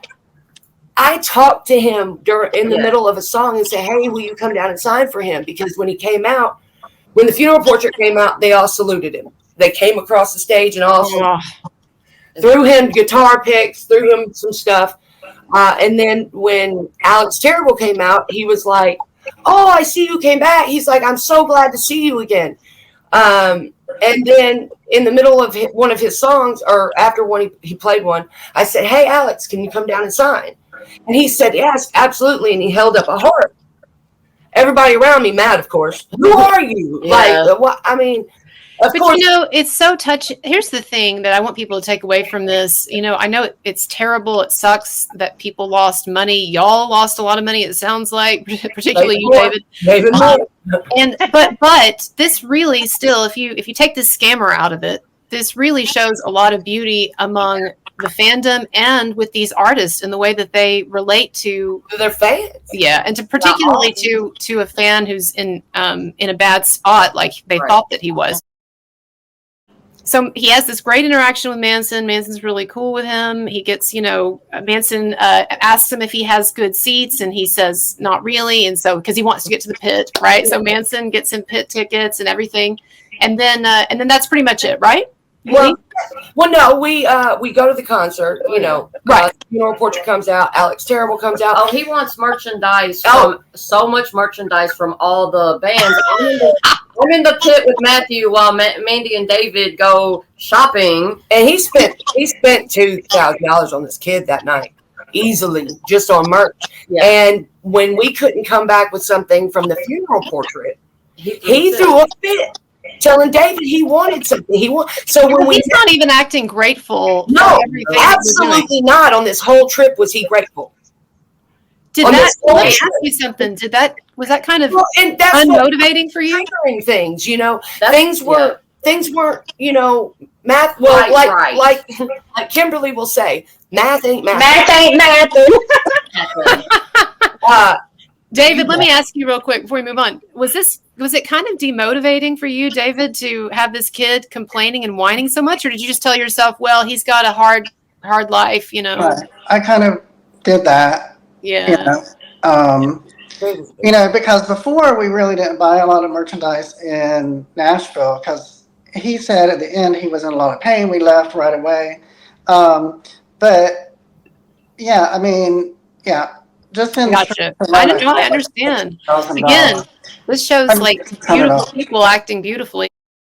When the funeral portrait found out that we didn't have anything from them, Robert himself walked across the yard to where there was merchandise of theirs and brought him back a huge flag and gave it to him. Then told us where to find it, and he demanded David to go buy him something. Yeah. Before And we Alex gave him the jersey off of his back. Alex came Did he? out, signed all kinds of people's stuff. He signed my jersey. He signed Matthew's jersey. He signed all kinds of people around us. And he took off his jersey and gave it to him. These bands are just so These awesome people for this are kid. so beautiful. They are, all of them. The way the community came together outside of Matthew was just magical all around, from Nashville to where they ended up at. Yeah, it was perfect. If you take out Miles Matthews from this, it is one of the most touching, beautiful things. These artists went above it, and I can't thank them enough, and I can't be sorry enough for any role or any hurt that I might have put on them for this. Yeah. But I can't thank them enough for just how beautiful they are. Well, It was like a 3-minute stretch from Nashville where Alex took time out of his stage time to show Matthew, hey, I see you, I acknowledge you. And he was telling a whole sentimental story, you know. So even there, they were doing this. The bands were showing up for this kid, and unfortunately, he was a whole scam. But I mean, yeah, the whole thing was magical from start to the end. Yeah, absolutely. Marilyn Manson, even on the stage in Albuquerque, stood almost in front of him the entire time. He bent down singing, because I'm holding Matthew up on the rail, mind you. He wanted to stand up for the entire Marilyn Manson set. I lost my spot, by the way. So I am holding him up by my arms, and my leg is in between so he can rest down on me. And I'm holding him just like that the entire set. There was actually videos of her doing this. You can see her behind and holding him up. so then I think, you know, I talked to you a little bit about this, Mandy, yesterday. You told me that when things really started to go south for you in terms of doubts is when all this stuff happened with the second wheelchair and the Cash App. Can you explain that to me, that situation? So things weren't adding up on the way home. First of all, what happened with the broken wheelchair? You get there and the wheelchair is broken, or what was going on with that? We pull the wheelchair out, and the wheelchair won't pop open. Okay. So we haven't used the wheelchair throughout the whole trip So- until we got to the I see. hotel. Because I've been carrying him the entire time. Me and David. So when me and David tried to pop the wheelchair, and that's what led me to have to carry him through the hotel, was because it couldn't open. So I go down and I try to get a hammer, and we pop it open enough to where he can be comfortable in the wheelchair for this duration. Mm-hmm. So on the way home, you know, me and David are talking, and this, that, and the other. We get back, and of course, things aren't really adding up already. Yeah, he was talking on the way back from Albuquerque. on the way back. So he was kind of loosening up now that the best part of the scam was over, I guess, or maybe he was feeling good, or maybe he had taken more fentanyl, or I don't know, whatever. Yeah. But he started was talking. right. Yeah. He was open, and he talking. was like, "Hey, look at this song," or "Hey, you need to." I mean, he was like verbally He was talking. communicating. There was no realization on his part, or no acknowledgement of how, hey, this might be kind of weird that I'm talking now. He's just going to say it was one of his That's what he personalities always that can says. talk. He told me because when I asked him Now, about- can I add? Yes, ma'am. When his wheelchair was broken, he was texting me completely laughing about this. Oh my God, my wheelchair broke. This is so bad. Mandy had to put me in the cart that they carry the luggage to the rooms. There was a video he sent me of him riding on the cart, and I said, of course Mandy would put you on that cart. It was funny. Everybody was laughing about this wheelchair situation. It wasn't until the thing with the Cash App later on that he got very aggressive and angry about it. So let's explain to people what happened. Like, you announced that the wheelchair was broken on the GoFundMe, and then okay, tell me the sequence. Sorry. Okay, so I get back to the house. Now, mind you, we were up 18 hours, or I was up 14 days. Poor David was up longer because he had to take him to a drip the next day. So we just go straight to sleep. So we go straight to sleep. When I wake up, I see that he's posting that his wheelchair is broken and to send it to this Cash App link. And I'm like, wait a minute. Me and David talked last night. Or no, it was the night after. That's why. A couple nights after he did the It was the second night after, because me and David talked the next night, and I was like, okay, David, the rest of the GoFundMe money will go to that wheelchair. Matthew Miles knew this, but he kept blowing my phone up. Tell Daddy you're going to give Daddy the money. Daddy's mad you're not giving him the money. And me and David have already talked. Yeah. Me and David have already. You've already arranged with David that the money that's still in the GoFundMe that has been raised from different Manson fans and kind souls or whatever, that will go toward a new wheelchair. Right. Meanwhile, Miles Matthew is messaging you saying, give Daddy the money. Okay. And he's texting me saying that Mandy wouldn't give him the money, so he was mad at Mandy. And I'm like, what is going on? Yeah, Right. he was mad. Well, he blamed Mandy. He needs his fentanyl money. He blamed Mandy for breaking the wheelchair. Yeah. So, and I said, I'm already in $11,000. So what's another $600 for a new wheelchair? Yeah. Oh yeah. So I'm like, don't worry, baby. I was like, I'll buy you a new one. And so then he starts getting online and looking for the one he wants. And that's when he said, I said, the GoFundMe was really for the trip, but I don't know that there'll be any money left or whatever. Right. Well, then supposedly he was chatting I don't know, people on the Boy with Leukemia site, maybe, I don't know, that, he needed a new wheelchair. And then somebody supposedly, that's what he told me, but he may have made this up, that someone said it's better just to do, what's it called, the Apple Cash or Apple Cash App. Cash out. Cash App, which I had no idea even what it was, but obviously he did. So I said, well, I don't know. He said, this way it'll go straight to me, and then I'll give it to you. And I'm like, okay. I was driving this whole time. I'd taken him to the mall, and it was convenient. They walked around the whole mall by himself. While I buy him $200. He walked around the mall, so he's gone. He's like healed. This other personality is totally mobile and verbal and everything. Okay, Right. And bought him a $200 pair of tennis shoes To match the jersey that Alex Terrible gave him. Mm-hmm. Yeah. David, would you have any interest in funding a struggling female YouTuber? No, I'm joking. I got my American Express bill. I'm like, okay, so how am I going to pay for this now? Oh my Lord. So he's getting progressively better. He's being healed. The Manson has healed him. The Manson concert. Manson has risen. Let everyone know that the touch of Marilyn Manson, he is actually Jesus. It will actually heal you. Now we have proof. Right, We have right. proof. Right. But yeah, so me and David have already been texting.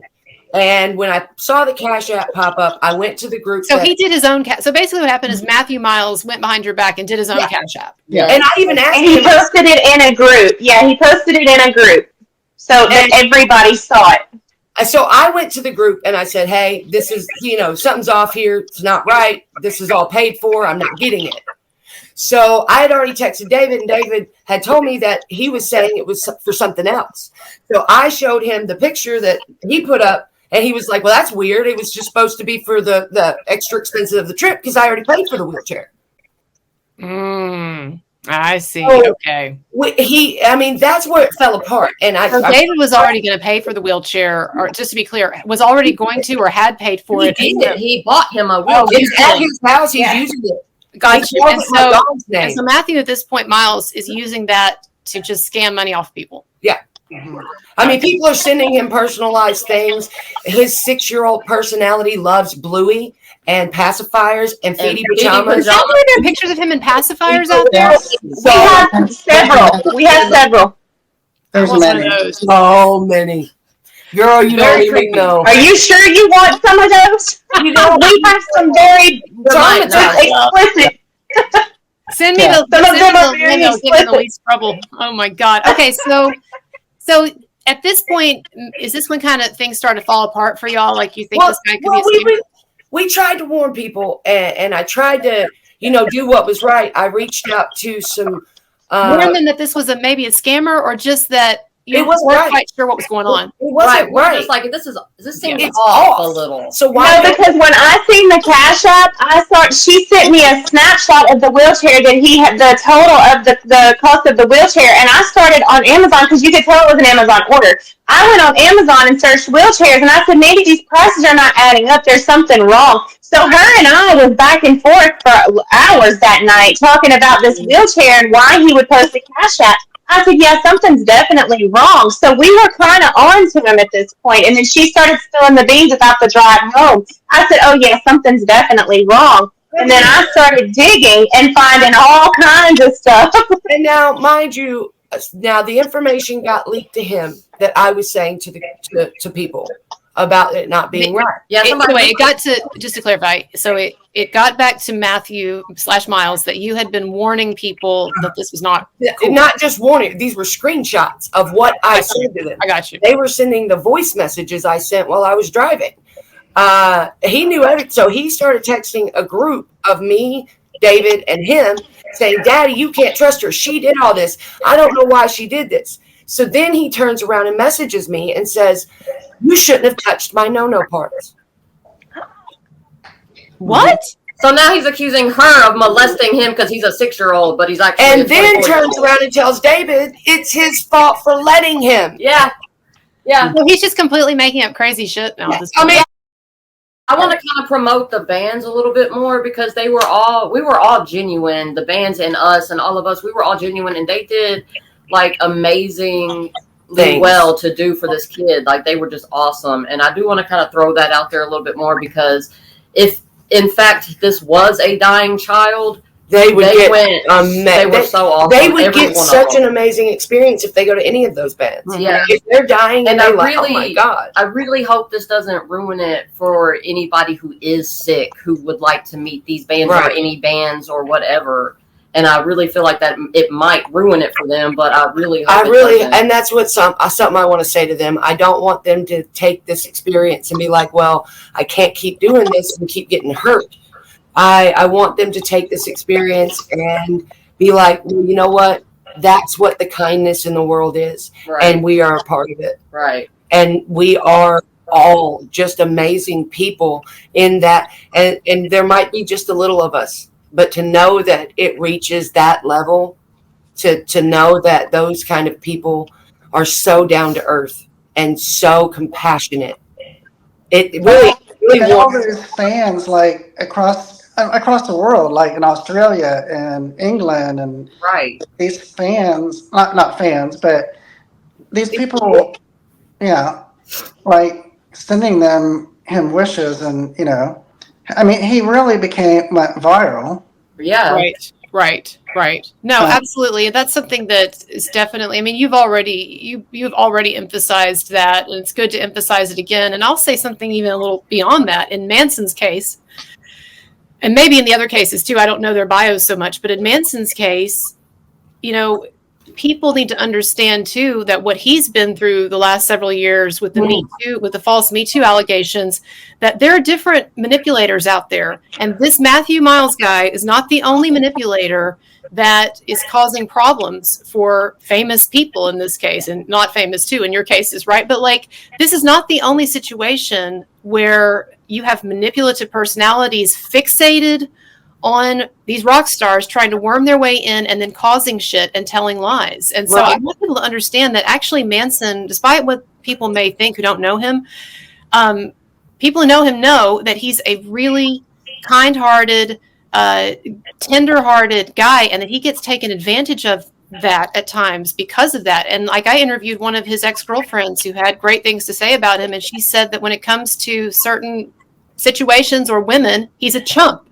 Well, I think that this is a great example, not if he's a chump, but I think it's a great example that people need to understand about the private versus the public face. And maybe some of these bands have this sort of their tough, scary image or whatever, some of them, but the reality is what happened here behind. Yes. Right. Okay. So y'all have this realization then, sort of dawning realization that this might be a scam. And of course, some people might say, David, like, well, you knew that that he had been arrested and he had bonded out and everything. But again, you thought that was all about abuse, right? Mm-hmm. Right. Yeah. And so And so what you've got is this guy who's pretending to be this vulnerable, abused, leukemia-ridden at the end of his life, individual, and yet you kind of get the sense now that maybe he's scamming you, scamming other people. So so you alerted some people to this, and then what did you do? Did you talk to him at all, or did you? Well, I tried to talk to him, but when those got to him, he refused to talk to me. After he accused me of rape or touching him or whatever, but he refused to talk to me anymore. He basically blocked me, but I didn't message him either because I told him, I said in the message when I was talking to him, I said, it's only a 4-hour drive. He said, come at me. Who says that unless they're old enough? So I did. Come at me. It's amazing how his personality changes. He goes from being completely vulnerable to saying, come at me. Right. Okay. So, David, But I mean, so now he's already threatening to press charges on me for that. But but David is now being. I mean, poor David. So, David, at this point, you're kind of stuck with this guy, and he's basically turned out to be a horrible person, a scammer. He's gotten a lot of money out of you, right, and time. So, did you start to disentangle yourself, or did you talk to him? What did you do? So Sunday night, I had been working all weekend and was out of town for work, and he just kept like persistently wanting to be at my house, and I was like, no. I was like, I'm tired. I'm not going to see you till Thursday, and he would throw one of the temper tantrums again, like, how can you not see me for like 6 days or 10 days and all that. Where was he living, David? Now we know. Where was he living then when he was wanting to come over and see you? At his parents. Okay, and do we know that he was in fact living at his parents? I mean, Yes. Yeah. It is okay. Okay, Yeah. so he was wanting to intrude more, wanting to hang out more. You're kind of putting him off. Okay. Right. And so the thing that kind of brought it to an end was on Saturday night, like I just happened to open up my Facebook page. And I told him in the very beginning, like when he kind of wanted to say like we were boyfriends, and then he wanted to call the daddy thing and all this. I said, I don't want any of this on any of my social media. I was like, people won't understand this. Like, it's kind of weird. And he said, I won't do it. Won't post anything. I said, I don't want you tagging me on anything. But he would tag like photos of like us doing stuff on the Boy with Leukemia page. Oh, okay. So all that stuff was on there of us doing stuff. Well, then I opened up my Facebook page Sunday night, and there's all these downloads of these pictures where I like took him to the football game, I took him to the zoo, to the state fair, all this stuff. And I was like, and I texted him, I was like, take this down now. And he's, I won't. And I was like, I told you in the very beginning that, you knew I was in a relationship, and this looks just kind of weird. Like, I just don't want this out there on my Facebook page. And he's like, you never told me that. And I said, okay, take it down now. And he's like, I'm not going to. Oh my God. And he wanted up there to make people think that was his dad, right? To show them pictures of him doing stuff with his dad, right? Right. And he threatened to contact my partner and tell them stuff that's not Oh true. no. So he got all Fatal Attraction on you, dude. Oh yeah. all the way. All the way. He threatened to contact a friend of mine in Ohio, West Virginia. It's right there beside each other. My friend there, to tell him about stuff. He threatened to call my boss at work and tell her that I was such a horrible person, all this kind of stuff. So I said, stop. I said, take it down now. And that was my last contact with him. And that was Sunday night. So, and then I get up Monday morning, and, I can't even go to work. Like, I've lost, like, just like Mandy too, like, we've lost work over this, like, because it's so like It's a nightmare. when I was accused of bullying him and making him commit suicide, like, Yeah. I mean, Yeah. Okay, so He explain. had actually posted that on David's comments. He went down David's, and I sent him screenshots of it. He had went down David's Facebook page and everything that was publicly posted. He about like suicide or bullying. He had commented, "You're doing this to me." And there was another account that was saying, "You killed a kid with cancer. You murdered a kid with cancer." And I was like, "Are you seeing this right now?" Oh, And that's when in the group. In the group, someone had posted the stuff that he was dead and he had committed suicide. That's what he messaged me. So someone so was this on the Boy with Leukemia page, or this was the fan group? Okay, so someone posted, and it was supposed to be his dad, right? Was that?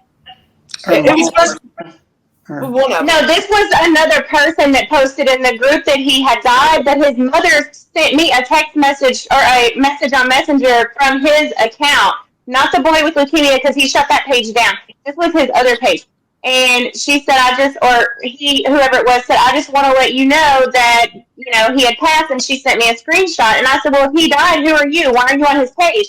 She said, and it just said mother. And I said, "Oh, so you're the mom." And the dialogue was the same as how Matthew would talk to me. And I was like, and then in the end, he had sent me a picture of a little boy. It was an AI-generated little boy that looked like Matthew with a pacifier in his mouth.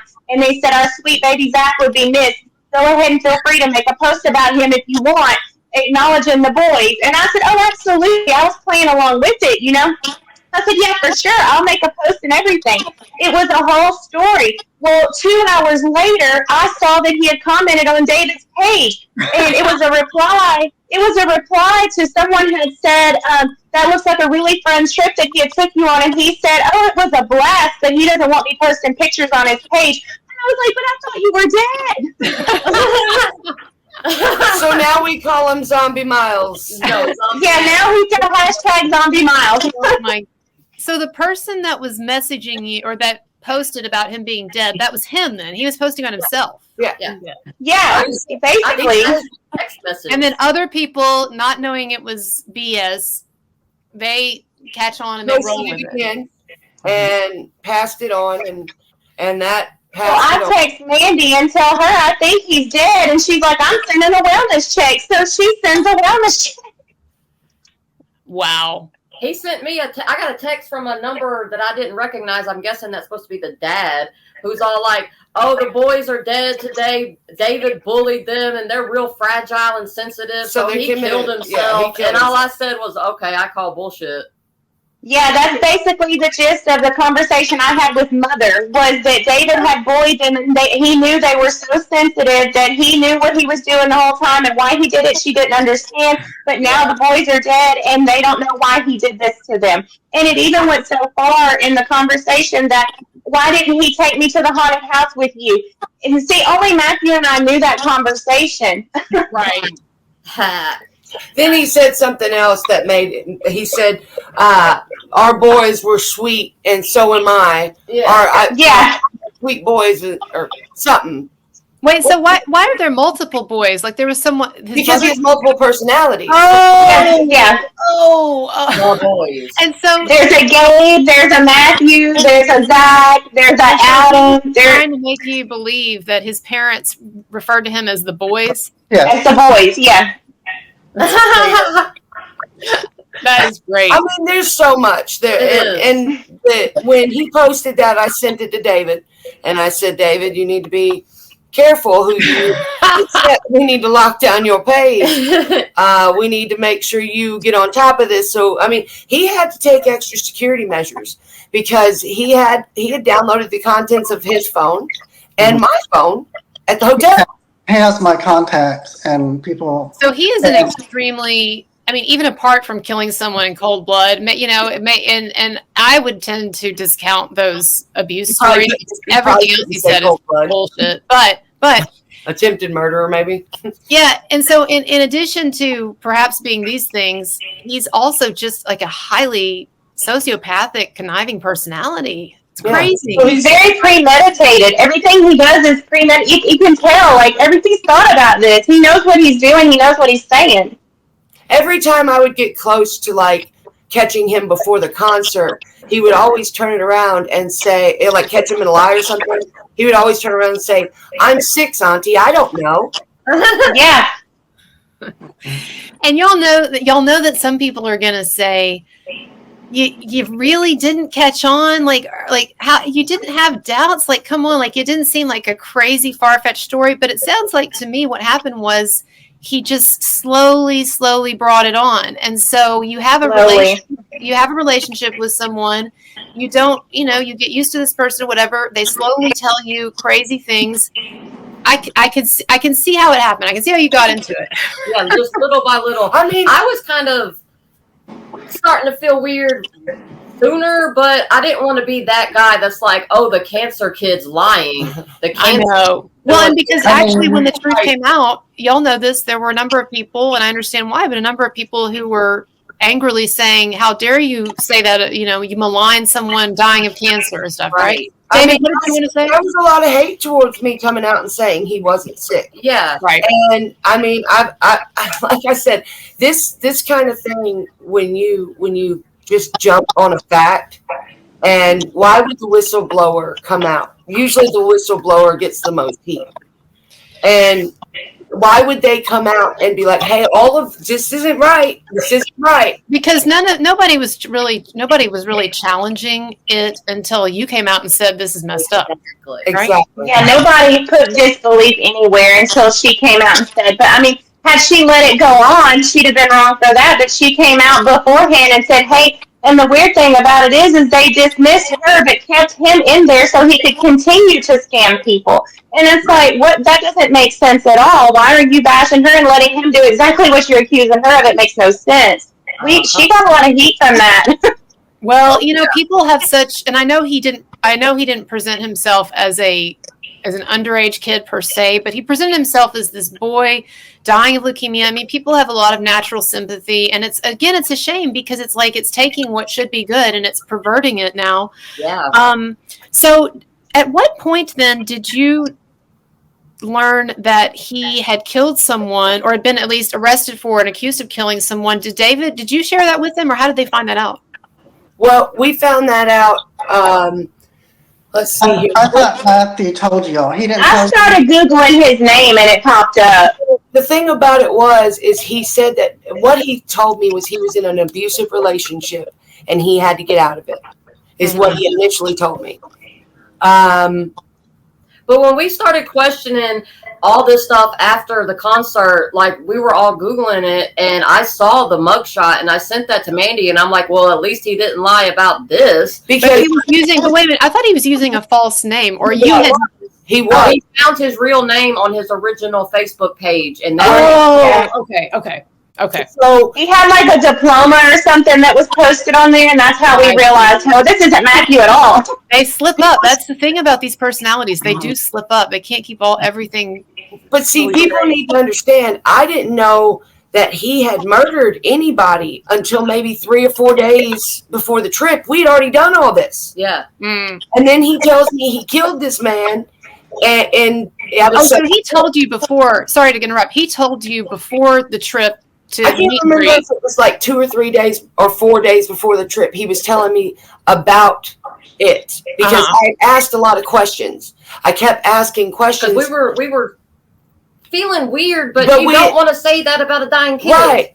So the context he always gave was, I was molested at an early age. He drugged me and took me over here and married me, and it continued the abuse throughout the relationship. That was the context that he gave us as a self-defense. Hey, I did this because he was doing that. So we were like, oh, okay, well, that's sad. Maybe he deserved it. But now we don't know because he's literally accused everybody of that. Like, everybody's been around him.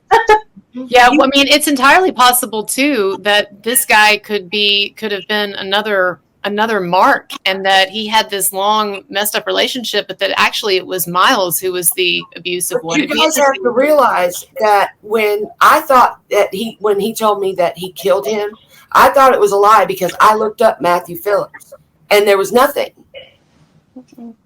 Right. Because you had the wrong name. Yeah, you had the wrong name, right? I didn't find any proof on it. So I was like, well, maybe he's just grandizing this, or maybe he's just trying to get, just a little bit more sympathy from me or something. Right. And, so when I didn't find it, I wasn't firmly believing he did it until me and David were alone. And me and him could talk, because he could confirm things that I was never able to get. He didn't like for Mandy and David to be He alone. didn't want us to talk. Mm-hmm. He didn't like when he found out me and him were texting. I bet. We were texting about the concert or something, because he'd blow up. I bet. Yeah, because that was going to keep his facade going longer. If you started talking, then you start saying, "What the fuck?"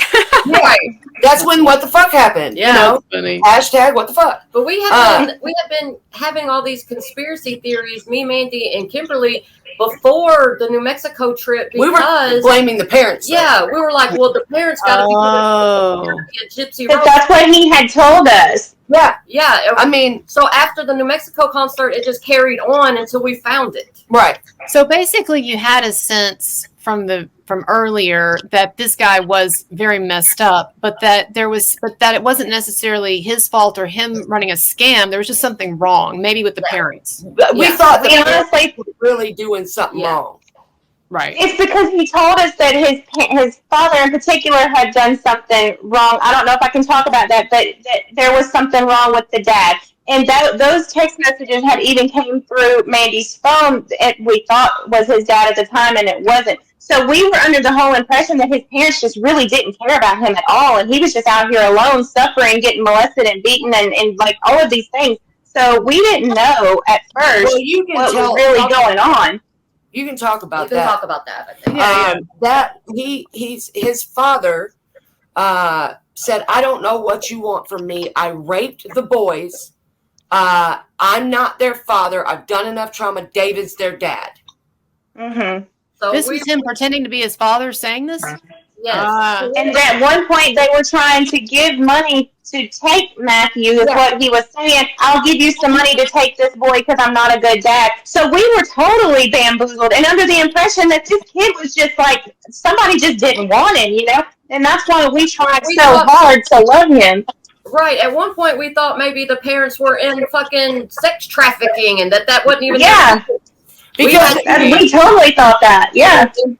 I mean, we bounced around with conspiracies because I'm having these messages literally sent to me. I mean, there's just some graphic messages. And so, I mean, what would you think? Right. And every time we would get a little closer or get some answers, there was another guy that came in that was chasing him, coming after him, had me and David concerned that this guy was really going to come after him. Yeah. I mean, he said that this guy had bought him his phone and his watch, and he was under his cell plan, and that he was going to come after him if he didn't give him his phone back. And I went, in one day, spent $2,000 on a brand new phone and a brand new watch for him. So he could give, which I thought was this rapist and guy that was beating him, so he could give him this phone back. But that was all a lie too. Wow. Y'all have been, you have told me that too. You have all been. He said that guy knew. Oh yeah, and that's not even the end. And this guy, he said this guy knew where he lived. He knew what his car looked like. He was terrified. He needed to stay with Daddy because he didn't know where Daddy lived. And I was like, Jesus Christ, somebody go get this kid, But there was none of that. It wasn't real. And see, that's what people don't know. There's so many other layers to the story. I know it just looks like we got duped like a motherfucker and we just did some stupid shit. But that's not how it went down. No, and this went on for a period of 30 some odd days, over and over. We kept hearing these stories. So, I mean, what were we going to believe? He's telling us one thing. We have no other reason to doubt him. We Googled his name, that we told us his name. We didn't find anything. So we were like, yeah, okay, well, maybe that's true. We don't know. So let's not blame this kid. We don't know, Right. There's always a question and another question. Right. And another. When you get an answer, there's another question. Because that answer is a question. Yeah, every day, Yeah. every day, we're all like, just what the fuck is happening? And we all- would just be we- talking all of day us. because we didn't know what else to do. Conspiracy theories and We just had anything. to try to shut this down with the minimal people that believed us. Because Right. we had like 2 facts.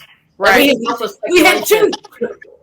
We knew his birthday was real, and we knew like that we had met him. We knew he was an actual person. That was about it. If we hadn't met him in person, This wouldn't happen. right? It is definitely No. it is definitely like something from a movie. So I want to ask you though, do you have closing thoughts? Do you have things you want to say that we haven't talked about, mentioned, anything? I mean, I would like to point out that, it wasn't just us that got duped by him. There was multiple Yes. people online that sent him multiple things. And these aren't cheap things. Some were cheap, some weren't. But just like them, I was scammed. And just like them, David was taken full advantage of.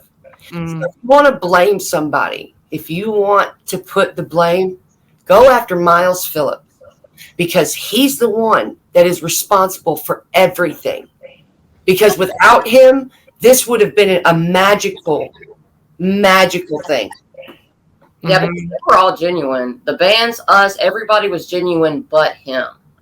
And Right. so if you want to blame him. Absolutely. David, did you He's want to the original person that put it in there that he wanted to meet Manson. It wasn't us, it was him. He's the one that posted that first. Hey, this is my dying wish. So, I mean, he started this. We just helped him because we believed him. Like, maybe people are going to think I'm stupid, and I feel like that. I tell myself that a lot these last couple of weeks. Like, how stupid could you be? But people know me just for like, you're the nicest person, blah, blah, blah. I put my life on hold since July. Like, my partner, I haven't seen him that much.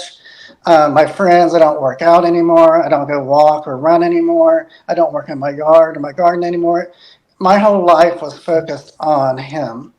And again, maybe it's all my fault. No. No, it's not, David. your fault, David. No, I don't think- you take that. Don't you take that. No, and I think we have all in our lives, we have come across people. It's not like any of us go through life just helping everybody, but we all come across people in situations where we kind of feel like the universe has put that there for us to help that person, not help everybody, but help that person make a difference. And then you start down that path and things just confirm each other, as you go along, and you have these great experiences. And it sounds like it was a lot better at the beginning than by the end, right? Yeah. And so I can totally see that in person, and when you're dealing with somebody for an extended period of time, it's just very easy to get sucked in.